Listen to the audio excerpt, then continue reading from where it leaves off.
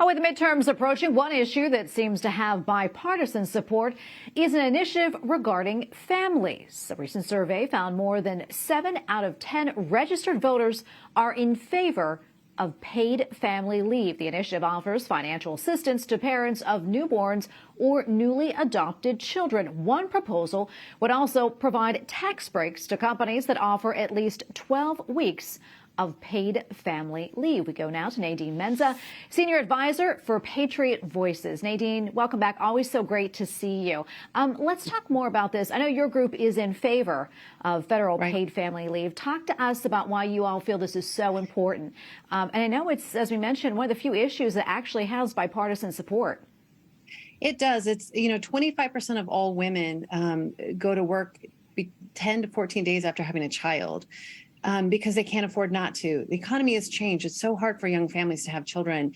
And with 40% of Americans not being able to afford a $400 expense, an unplanned pregnancy, unplanned child could be a financial catastrophe. This is a way to encourage families and to support families.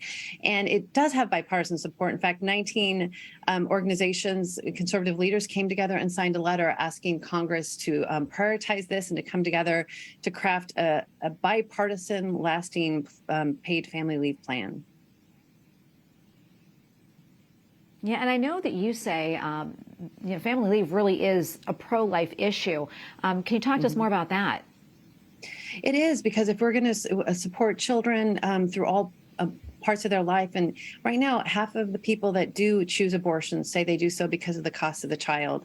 And this is also such a win in so many different ways. There's so many benefits to paid leave. First of all, of course, for the child, having their mother there, the development for the child is increased, the health is increased for the mother, have less depressive symptoms and better mental and physical health. All sorts of studies show that the fathers are more involved in the rearing of the child if they're there those first few weeks. And we, of course, know that fathers that are involved in the child rearing early on are involved later, and that's better outcomes for the children. So this really is a pro-family, pro-life issue that should bring together both sides of the aisle. Yeah, and that bonding time with parents and baby is so critically important.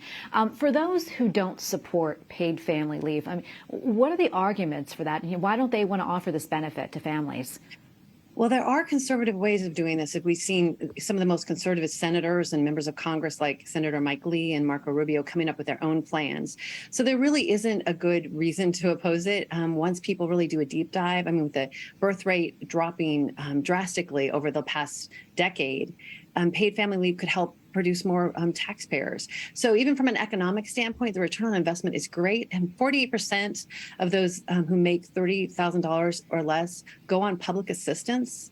And after the birth of a baby, and almost 40% are less likely to if they have paid leave. So it keeps people off public assistance, has better outcomes for the mother, the baby, the father.